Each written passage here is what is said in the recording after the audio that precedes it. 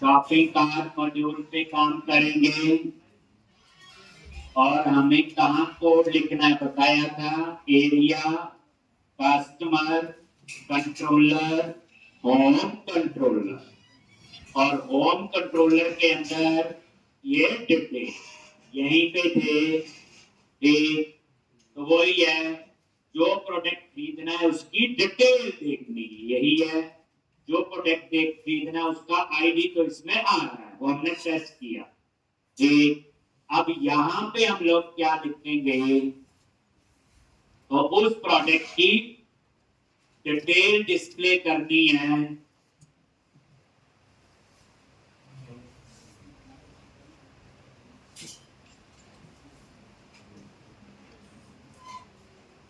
तो यहाँ पे पहले उस प्रोडक्ट को हम लोग फाइंड करेंगे। Where product in DB underscore unit work dot product dot find first or default. और यहाँ पे क्या लिख दिया, जो उसका आईडी है। तो प्रोडक्ट डॉट आईडी, जो आईडी हम ये पास करें। अब यहाँ पे मुझे कैटेगरी का नाम भी देखना है, कवर टाइप भी। तो उसके लिए क्या था, इंक्लूड प्रॉपर्टीज, और यहाँ पे category comma cover type.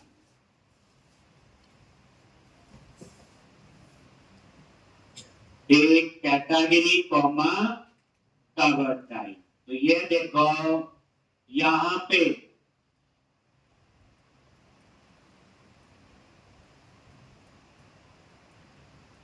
Product in dB ये आपने फाइंड कर लिया। नॉर्मल फाइंड का कोड है, फर्स्ट और डिफॉल्ट ये वही है जो हमने बनाया हुआ। देखो right click, go to implementation, और ये देखो ये वही है, ये सेम आपका वही, ये हमने ही बनाया, ये वो वाला नहीं है। ठीक, अब यहाँ पे प्रोडक्ट इन डीबी में क्या आएगा, इस प्रोडक्ट की डिटेल डिस्प्ले करनी। एक इस प्रोडक्ट की डिटेल डिस्प्ले करनी है, प्रोडक्ट इन डीबी में आपका हुआ। उसके बाद यहाँ पे चेक कर लो, प्रोडक्ट इन डीबी अगर नल है तो यहाँ पे वैसे नल कभी होगा ही, क्योंकि हमने क्लिक की डिटेल पे क्लिक किया होगा, तो नल तो कभी भी नहीं हो। अगर ये नल नहीं है तो यहाँ पे क्या करोगे, ठीक, तो अब आपने शॉपिंग कार्ट वेयर एक वेरिएबल ले लिया, शॉपिंग कार्ट किस टाइप का,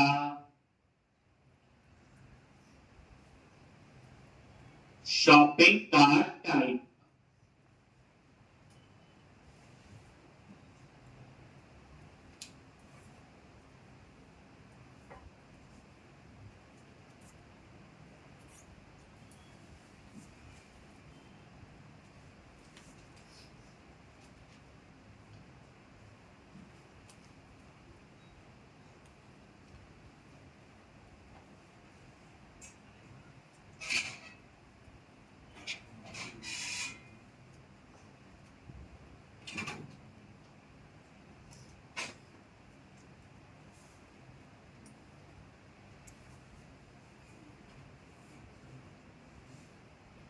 अब यहाँ पे शॉपिंग का,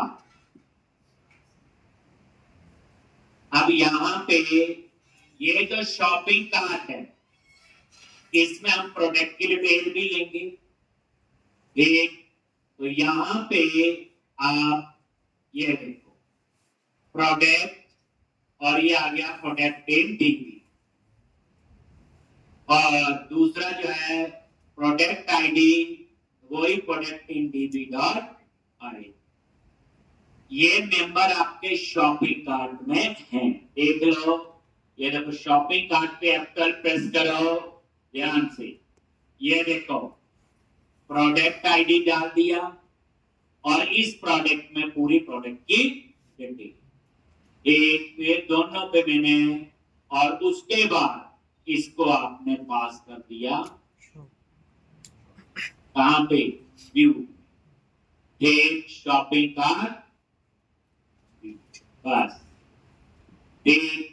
अब देखो इस शॉपिंग कार्ट के अंदर प्रोडक्ट की डिटेल है, प्रोडक्ट आईडी भी है। वैसे प्रोडक्ट डिटेल से भी काम हो जाएगा, आईडी की नहीं भी जरूरत है। चलो काम में डाल दिया। अब हम लोग इसके व्यू पे जाके इस प्रोडक्ट की डिटेल डिस्प्ले करवाएंगे, जिसके अंदर कैटेगरी आईडी भी है और कवर।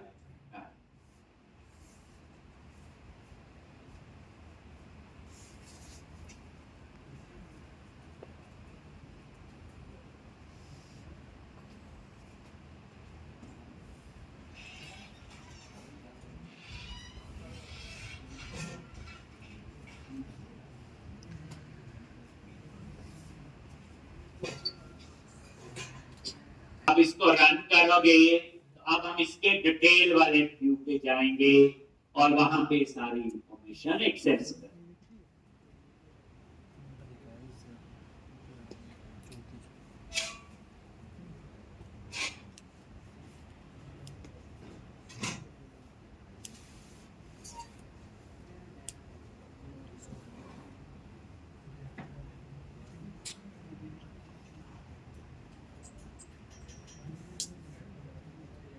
तो बनाया हुआ डिजाइन आपके पास है। अब सबसे ऊपर क्या करना है, @ क्या लिखते हैं पहले, मॉडल, आगे ई कॉम, मॉडल डॉट कौन सा आ रहा है, शॉपिंग कार्ट, आगे उसके बाद सबसे पहले ये टाइटल, जगह बनी हुई है सिर्फ लिखना ही है। ये देखो अगर डिजाइन पे नजर मारे तो यहाँ टाइटल आना चाहिए। तो जहां ये टाइटल के लिए जगह बनी है इसकी जगह क्या लिखो, @ मॉडल डॉट, मॉडल में क्या है बोलो, मॉडल में प्रोडक्ट थोड़ा है, मॉडल में क्या है बोलो, शॉपिंग कार्ट। मॉडल में क्या है, शॉपिंग कार्ट। तो यहां पे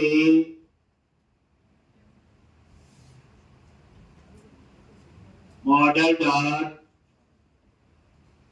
उसके अंदर क्या है प्रोडक्ट डॉट, और प्रोडक्ट के अंदर क्या आपका बोलो टाइटल। इस तरह से एक बार ये नजर मार लो तो यहाँ टाइटल आना चाहिए। देखो आ गया टाइटल, ये इसी तरह से नीचे लिखा है बाय ऑथर। तो अब यहाँ पे सेम चीज इस जगह पे बाय के बाद क्या लिखोगे, ऑथर,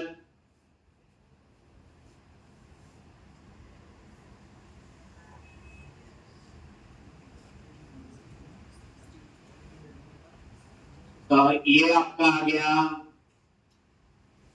ऑथर। ठीक, अब उसके बाद कवर टाइप और कैटेगरी, कवर टाइप और कैटेगरी यहां पे आओ। अब ये कवर टाइप कैसे आएगा, मॉडल क्या है शॉपिंग कार्ट, उसके अंदर प्रोडक्ट, प्रोडक्ट के अंदर है कैटेगरी। तभी ये मैंने तभी लिखा था बच्चे, इंक्लूड प्रॉपर्टी। तो यहाँ पे प्रोडक्ट के अंदर है ना प्रोडक्ट इन डीबी सारा, इसलिए हम ऐसे लिख रहे। अब यहाँ पे कवर टाइप में क्या लिखोगे, एक प्रोडक्ट डॉट क्या आएगा? Cover type dot name. और इसी तरह से जगह बनी है, फिर वैल्यू चेंज करनी है सम। और यहां पे क्या आएगा? कैटेगरी। तो वही मॉडल में क्या आपका बोलो, shopping cart, then product, then category, cover type और उसके बाद नेम। आप ये नजर मारो, डिजाइन में पता चल जाएगा। रिफ्रेश किया, ये देखो कैटेगरी भी आ गया और कवर टाइप, ये देखो। अब यहां आना चाहिए ISBN नंबर।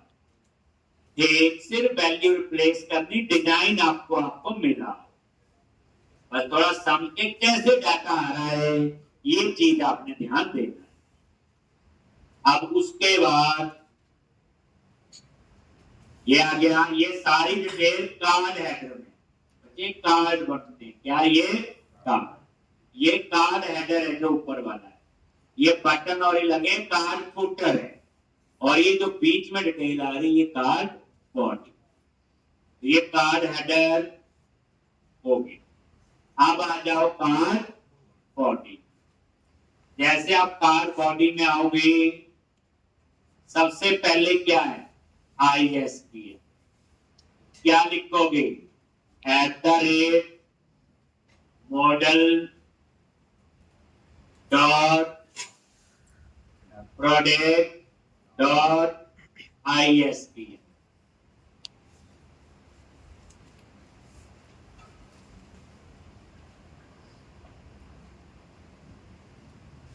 ये देखो आ गया।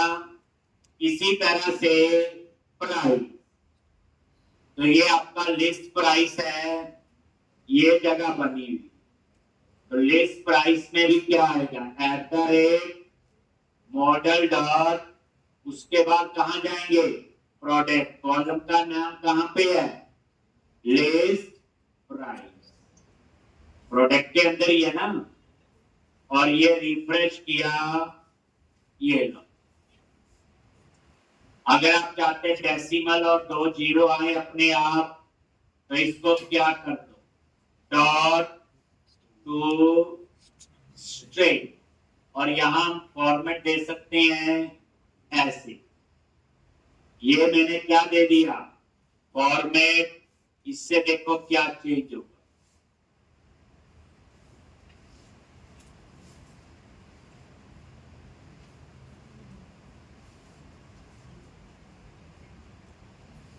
सेव किया, ये आ गया, 2 जीरो अपने आप आ गए। और इस तरह से ये फॉर्मेट है। टू स्ट्रिंग का स्ट्रिंग नहीं होता, ऐसे भी कर सकते। उसके बाद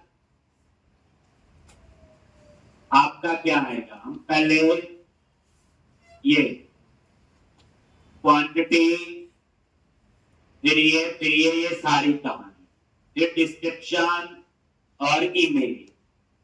आ जाओ उसके नीचे,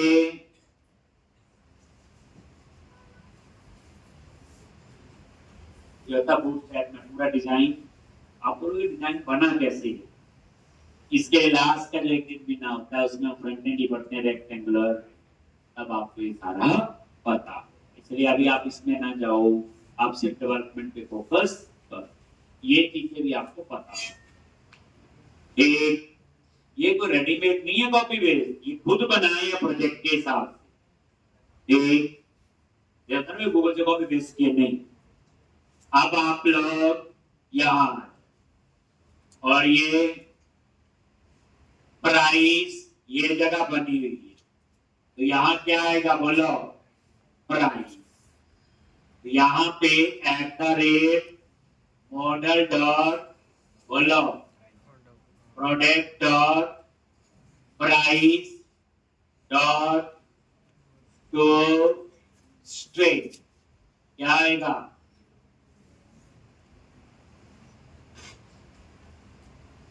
तो ये प्राइस आ गया।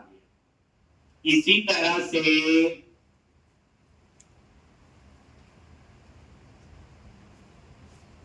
ये प्राइस 50 के लिए जगह बनी, ये बनी है ना। यहां पे बस क्या आएगा, प्राइस 50। यहां पे क्या आएगा, प्राइस 100।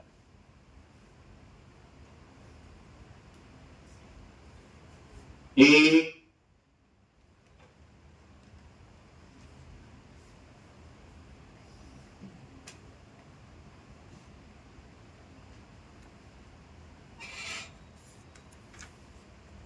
प्राइस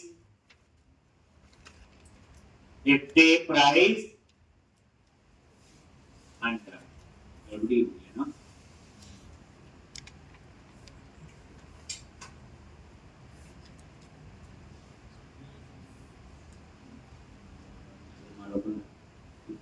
हुई है, हाँ ठीक है।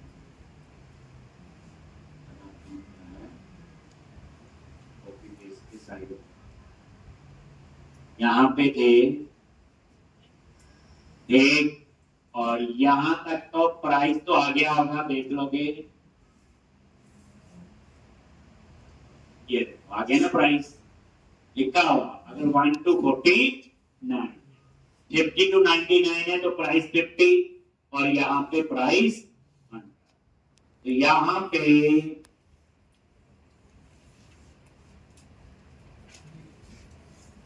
कॉपी किया और इसकी जगह अब क्या आएगा, प्राइस 50, इसकी जगह प्राइस। इंटेलिजेंस नहीं आ रही आपकी ये पूरी, तो दोबारा से जिस स्टूडियो पर क्लोज करना और आ जाए, इसमें हमारी कोई गलती नहीं।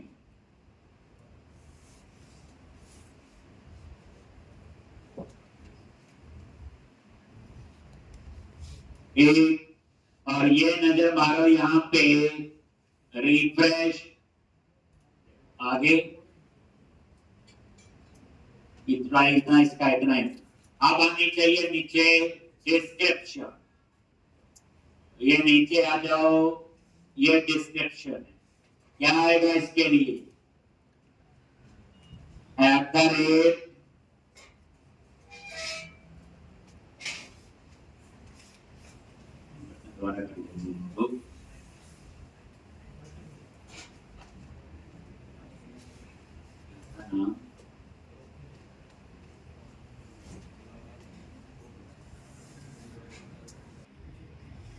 अब यहां पे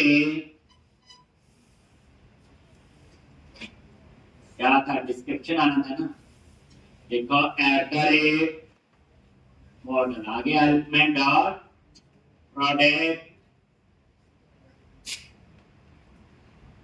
डॉट डिस्क्रिप्शन, एक, और इसको रन भी कर लो साथ में, डिस्क्रिप्शन कैसे आती है।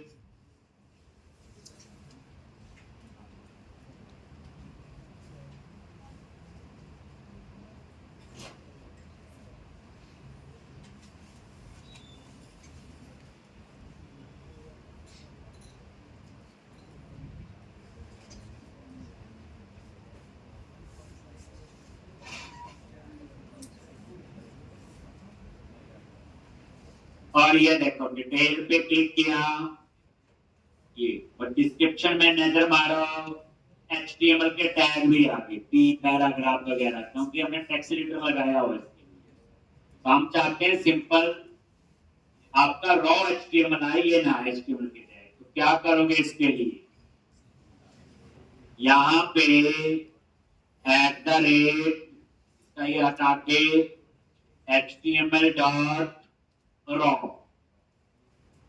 एक, और इसको इस ब्रैकेट के अंदर। ये होता है कई चीजें प्रोजेक्ट में पता चलती है। एक, अब क्या होगा, पहले डिजाइन देख लो, पता चल जाएगा। देखो अब सिंपल वैल्यू आ गई, वो टैग नहीं है, HTML डॉट रॉ। याद रखना एट द रेट बाद लग गया तो अंदर लगाने की जरूरत नहीं। तो एक एक स्टेप देखते जाओ और चेंज करते जाओ। फिर अब उसके बाद ये क्या आपका बोलो, ये आपका टेक्स्ट बॉक्स है। क्या लिखोगे? ASP-4 क्या आएगा यहाँ पे?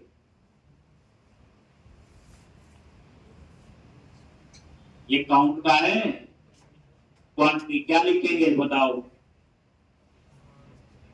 और ये डाटा भी इसमें चेंज होगा, टेक्स्ट बॉक्स लगा होगा।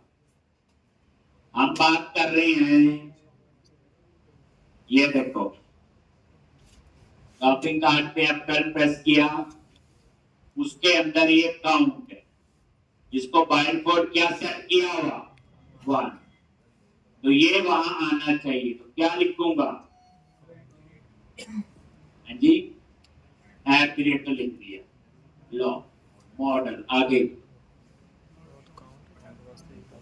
मॉडल डॉट काउंट, क्योंकि शॉपिंग कार्ट में ही काउंट है। समझ के पूरा पता होना चाहिए। एक अगर आप इसके डिजाइन में देखोगे तो बाइट कोड काउंट 1 आ जाए, बाद में हम इसे इंक्रीज और डिक्रीज कर सकते हैं। तभी कंस्ट्रक्टर में मैंने 1 इनिशियलाइज किया कि बाइट कोड क्वांटिटी कितनी आनी चाहिए 1।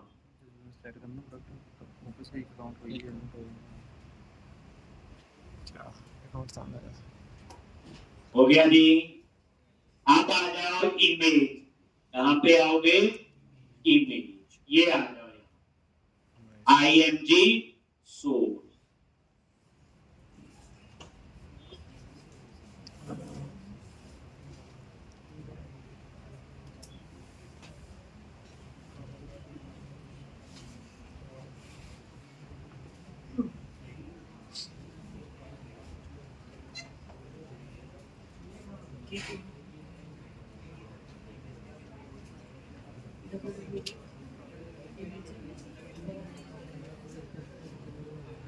एक IMG सोर्स, यहां पे इमेज का URL क्या लिखेंगे? @model.product.image URL। और डिजाइन पे आप नजर मारो तो वो प्रोडक्ट की इमेज दिया, देखो लग रहा देखने में बिल्कुल ठीक।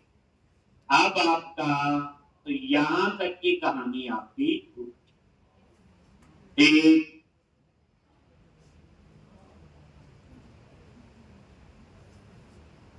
बाद आगे की कहानी क्या हो? बाद फुटर में आपका बटन लगा है, अब बटन की कहानी आगे। तो ऐड टू कार्ट में क्या होना चाहिए पहले सोच। ये तो डिस्प्ले करवाई है और कुछ नहीं किया मैंने यहाँ, ये नॉर्मल फाइंड का कोड, पर डिजाइन ऐसा चाहिए था, बस इतनी बात। और ये देखो यहाँ पे रिफ्रेश किया, आ रहा है। अब ऐड टू कार्ट में क्या होना चाहिए पहले आप बताओ। मान लो प्रोडक्ट दे दिया, नहीं ठीक लगा, बैक टू लिस्ट। एक बैक टू लिस्ट का लिखा नहीं है, पहले इसको लिख लेते हैं। बैक टू लिस्ट में क्या आएगा बोलो? यहां होगा कहीं, ये है, तो इसमें क्या लिखना है बोलो? बैक टू लिस्ट में ASP-Action क्या लिखेंगे? अब ये किस पे जाएगा? बैक टू लिस्ट, डिटेल, और ये बैक टू लिस्ट। यहाँ प्रोडक्ट ज्यादा डाल देने बताया हुआ, पूरा इसमें वो कर देना सर्च का डाटा टेबल अप्लाई, कुछ ना किया भी है ठीक। अभी तो 2 है से 10-15 प्रोडक्ट डाल लो ताकि पूरा पता चले। डिटेल आ, अब मान लो मैंने बोला ये 1 नहीं, मुझे क्वांटिटी चाहिए 6, 5। अब ऐड टू कार्ट के क्लिक में शॉपिंग कार्ट मॉडल में सेव होना चाहिए। लेकिन सबसे पहले आपको ये चेक करना है लॉगिन है कि नहीं, क्योंकि अब बारी आ गई ऐड टू कार्ट कौन कर रहा है। तो जो शॉपिंग कार्ट मॉडल हमने बनाया था उसमें आपको याद है एप्लीकेशन यूजर आईडी लिया था, प्रोडक्ट आईडी लिया था, काउंट लिया था, याद होगा। अब बारी क्या ऐड टू कार्ट कौन कर रहा है। तो पहली बार इसका कोड कहां लिखेंगे और वहां चेक लगाएंगे कि बिना लॉगिन वो अंदर नहीं जाए। बिना लॉगिन चला गया तो पता नहीं चलेगा किसका कार्ड बंद है। एक तरीका क्या है, बंदा पहले लॉगिन कर ले, ऐसे लॉगिन पे क्लिक करे, यूजर पासवर्ड डाले जो भी है,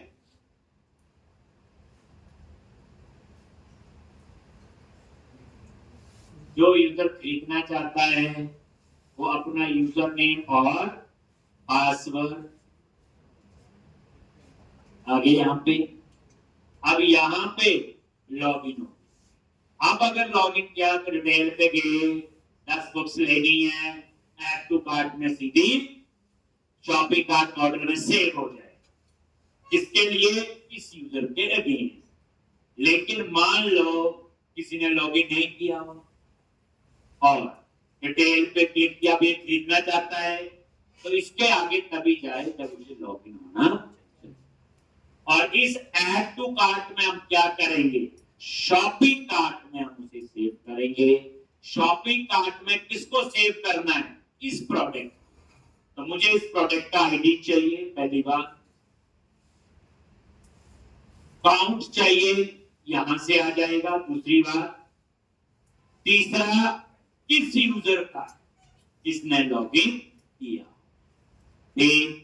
अब कहानी में कुछ नया आएगा, तो ये ऐड टू कार्ट, तो ये नजर मारो, ये मेरा ऐड टू कार्ट का बटन है।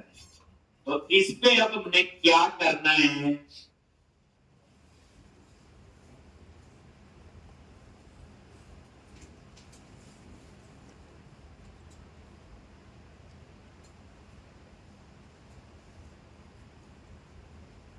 तो यहां पे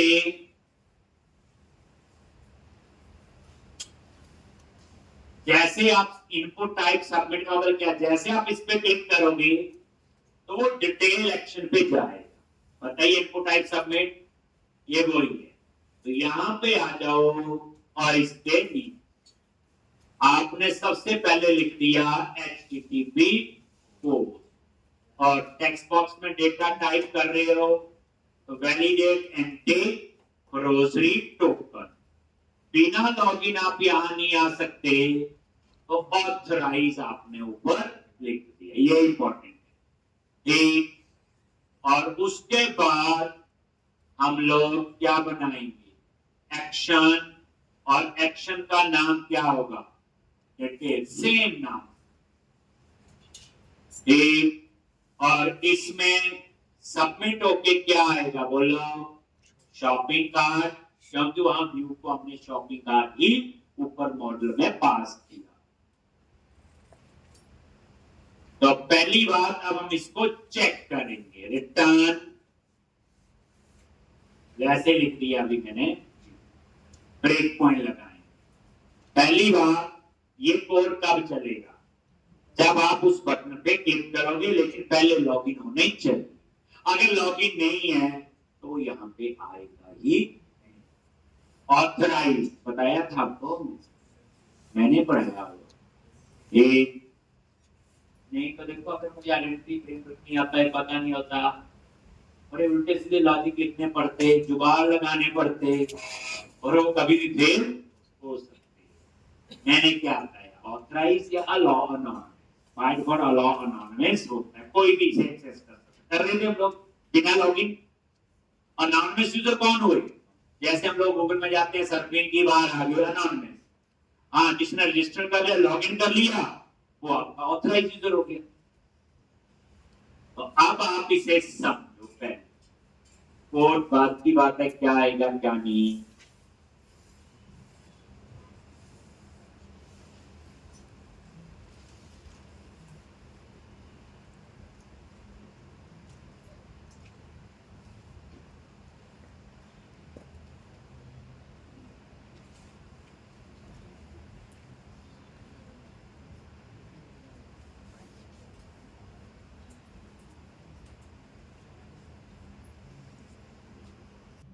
अगर किसी ने पहले से लॉगिन है तो सीधा यहाँ पे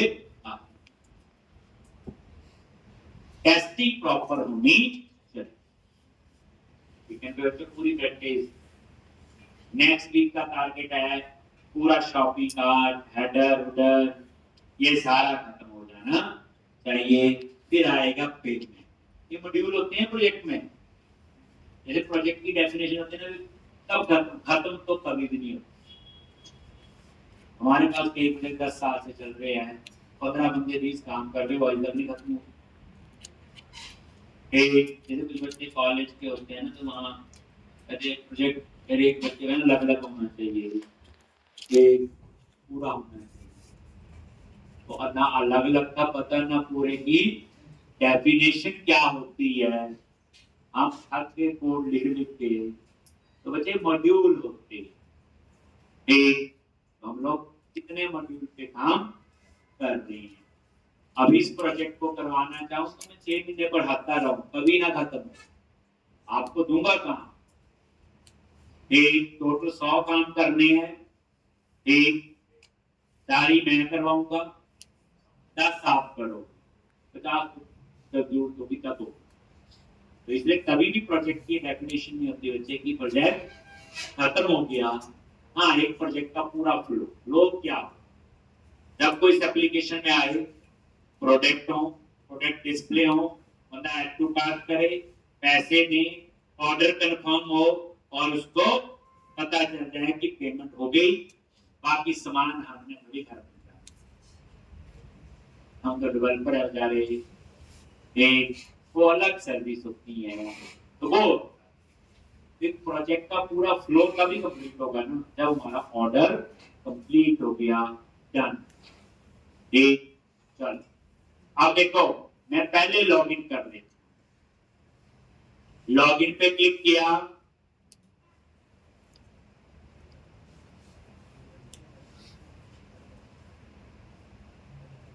आगे यहाँ पे, और ये अब डिटेल पे गए और ऐड टू कार्ट, अब सीधा चला जाएगा। अब नहीं लोग लॉगिन कोड, ठीक है जी। अब हम यहाँ पे कोड लिखेंगे। पहले कोड की कहानी, क्या क्या चाहिए, कौन सा प्रोडक्ट, प्रोडक्ट आईडी कैसे मिलेगा, हम देखते हैं। डिटेल वाले पे जाते हैं, गो टू व्यू, जब ये सबमिट होगा, ठीक, तो यहाँ पे ये देखो लगा तो फॉर्म में, क्या इसके अंदर कहीं आईडी है, मेरे को तो नजर नहीं है प्रोडक्ट आईडी। तो आप क्या करो, यहाँ पे कहीं पे भी इसके अंदर क्या लगा लो, बोलो इनपुट टाइप हिडन और ESP4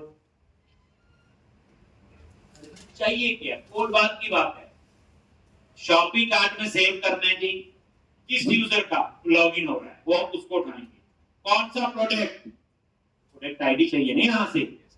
जब तो यहां पे कैसे आएगा, मॉडल डॉट प्रोडक्ट आईडी, ये लो, ठीक, या मॉडल डॉट प्रोडक्ट आईडी तब भी मिल जाएगा। मैंने इसलिए लिख दिया, आप यहां नजर मारो, मैंने यहां प्रोडक्ट आईडी में आईडी दिया, मतलब जरूरी नहीं होता जैसे मैंने लिखा है, सोच सकते हैं आप लोग इसके। और ये हिडन है, नजर नहीं आएगा, फॉर्म टैग में जहां मर्जी लगा दो, नजर तो इसमें आना ही नहीं।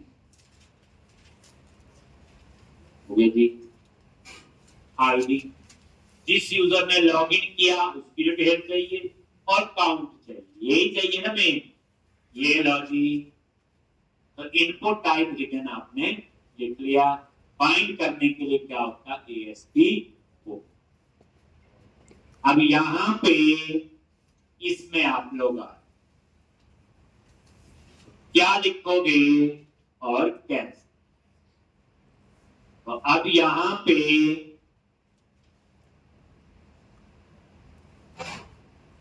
Shopping cart dot ID by default इसको 0 सेट कर दिया, ये ऑटो जनरेट होगा। ये शॉपिंग कार्ट में जो प्राइमरी की नहीं है ये उसके लिए। फिर लिखो model state dot is valid. अगर ये वैलिड है, वैलिड में एक टेक्स्ट बॉक्स ही चेक करना है, कौन सा, काउंट वाला, उसी में चेंज कर रहे हैं ना हम लोग, बाकी तो चेंज नहीं कर रहे कुछ, तो ये उसी के लिए वैलिड है। हो सकता क्वांटिटी आपने नंबर कैरेक्टर लिख दिए, कुछ ही मान लो, गलत हो सकता है, तो ये केस वैलिड। अगर ये वैलिड है तो पहले जिस यूजर ने लॉगिन किया उसकी डिटेल उठानी है। अब रोज यूज होगा, ये आप ध्यान से देखो। वेयर और वेरिएबल ले लिया, कुछ भी नेम रख सकते हो, क्लेम आइडेंटिटी वेरिएबल का नाम, और यहां पे ये इसकी क्लास है।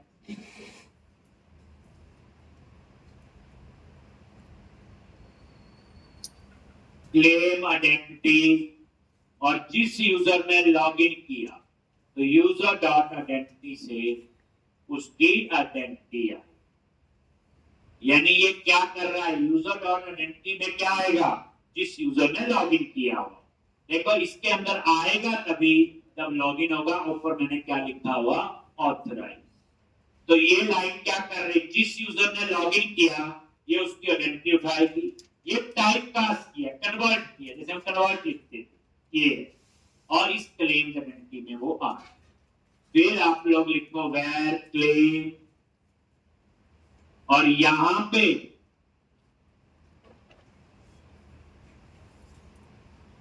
Claim identity dot find first,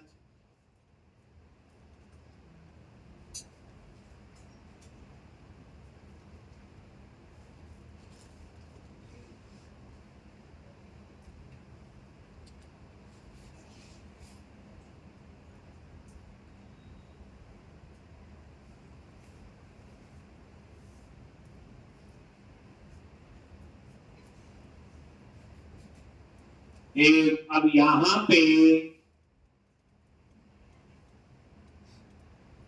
ये क्लेम वेरिएबल ले लिया, find first dot claims dot name identity.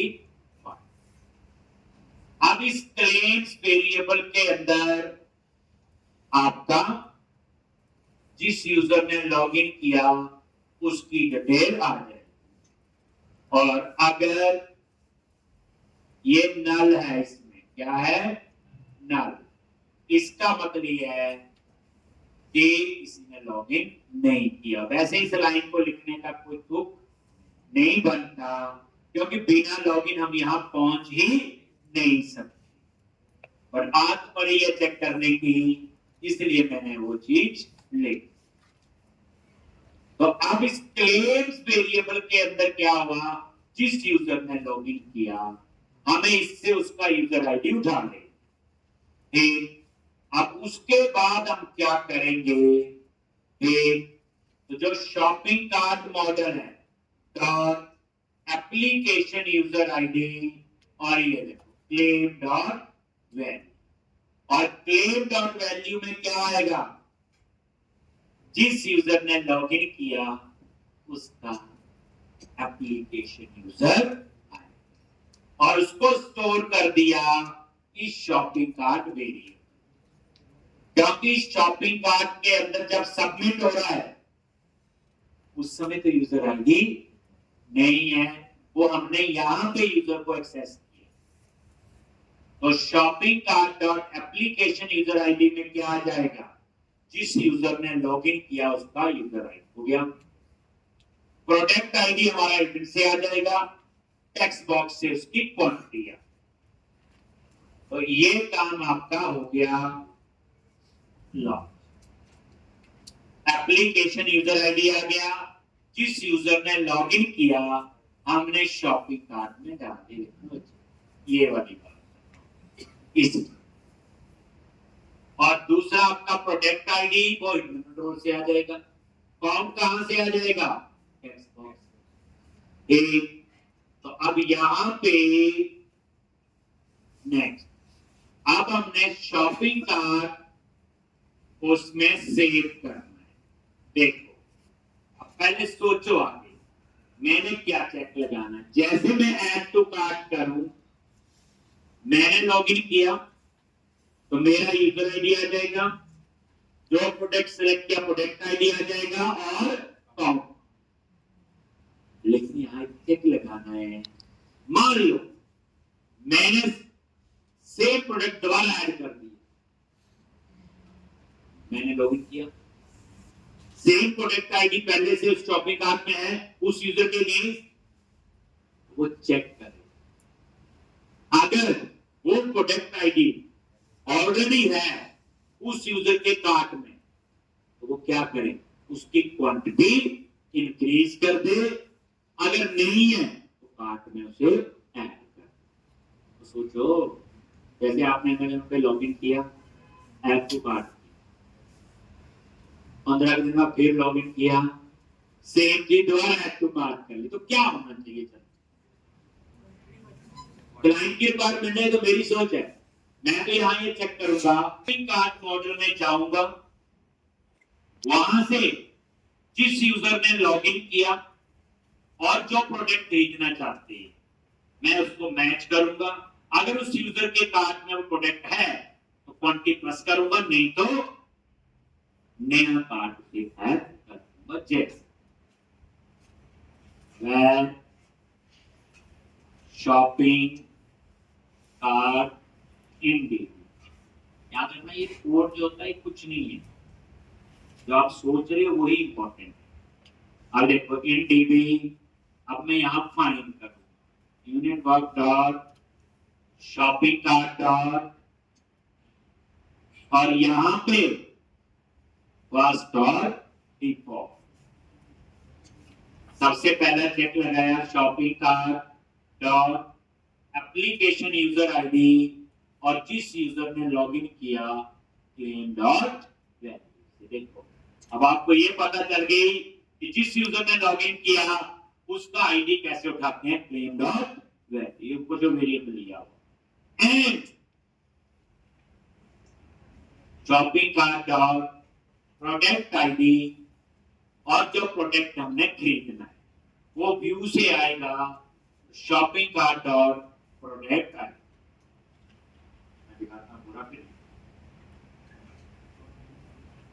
ये देखो ये आ गया, ये देखो ये जो shopping cart right hand side पे वेरिएबल है, इसमें हिडन कंट्रोल से आएगा प्रोडक्ट आईडी, जो प्रोडक्ट में खरीदना चाहता हूं, और उसको मैच करेगा जो डाटाबेस में प्रोडक्ट आईडी है। अगर ये मैच हो गया और ये यूजर आईडी भी मैच हो गया तो इसका मतलब ये है कि इस यूजर के कार्ट में ये पहले से प्रोडक्ट आईडी है। अगर ये नल है तो इसका मतलब पहले से नहीं है, तो हम इसे कार्ट में ऐड करें। ऐड लगाया ना, ऐड का मतलब क्या होता है, दोनों कंडीशन ट्रू होनी चाहिए। तो इस तरह से देखो, एक अगर शॉपिंग कार्ट इन डीबी, अगर ये क्या है नल, इसका मतलब ये आइटम कार्ट में नहीं है, तो सीधा नॉर्मल कोड है। नॉर्मल क्या है, शॉपिंग कार्ट डॉट ऐड, और ये ऐड। एल्स, एल्स में थोड़ी चेंज होगी। अगर नल नहीं है तो इसका मतलब इस यूजर के दो कंडीशन है ना, यहाँ पे जिस यूजर ने लॉगिन किया वो चेक किया और उसमें जो प्रोडक्ट आई, अगर ट्रू हो गई तो इसमें इस यूजर के कार्ट में ये आइटम है, तो उसमें नल तो भी आएगा। तो फिर आप यहाँ पे एल्स में गए और यहाँ पे शॉपिंग कार्ट इन डीबी, उसमें जो काउंट है एक, वहां जो पहले से काउंट होगा प्लस इक्वल टू, और जो मेरा व्यू से काउंट आ रहा है शॉपिंग कार्ट डॉट काउंट क्या करें प्लस। मान लो डाटाबेस में पहले काउंट है 10 और नया काउंट जो मैं व्यूज में पास किया वो 8, टोटल कितना हो जाएगा 80। और उसके बाद ये क्या होना चाहिए यूनिवर्क डॉट सी, एक यूनिवर्क डॉट सेव, और यहीं से फिर आप ले जाओगे बाहर return redirect to action, name of क्या आएगा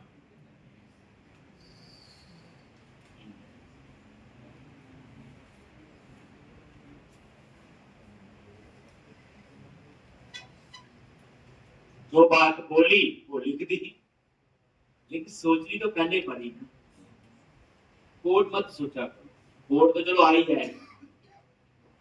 एक मैंने वही चेक लगाया जो मैंने चीज समझाई कि जिस यूजर ने लॉगिन किया उसका आपके पास यूजर आईडी आ गया, जो प्रोडक्ट खरीदना चाहते हैं उसका प्रोडक्ट आईडी आ गया।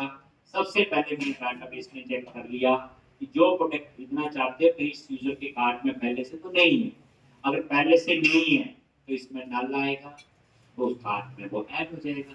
अगर वो पहले से है तो उसमें काउंट प्लस कर देगा और कुछ भी नहीं।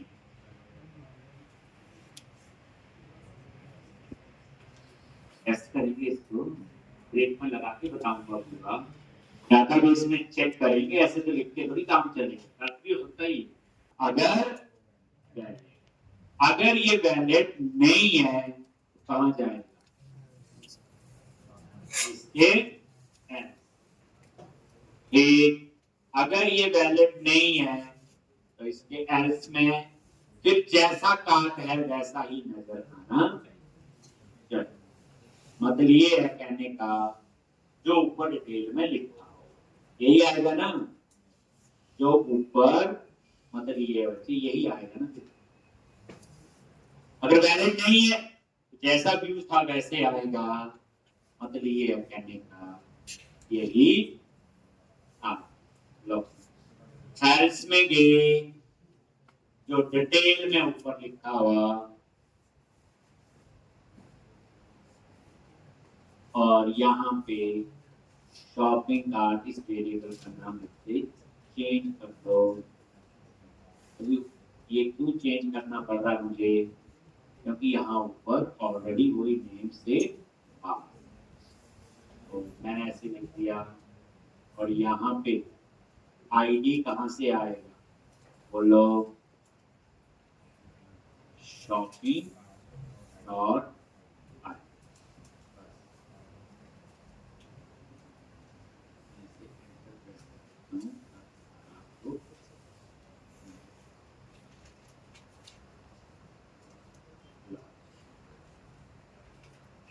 ये तो इस तरह से अब ये आपका ध्यान, अब हम इसे टेस्ट करेंगे, ऐड टू कार्ट करेंगे। ठीक, तो यहाँ पे आपको नहीं चाहिए जिस यूजर ने लॉगिन किया, ठीक, बाकी तो नॉर्मल लॉजिक है जो हम लोग लिखते। तो नेक्स्ट में मैं इसको पूरा टेस्ट भी करेंगे और समझाएंगे भी, एक और आगे को करेंगे। पहले आप इतना करके आओगे, नेक्स्ट वीक हमारा शॉपिंग कार्ट ही चलेगा।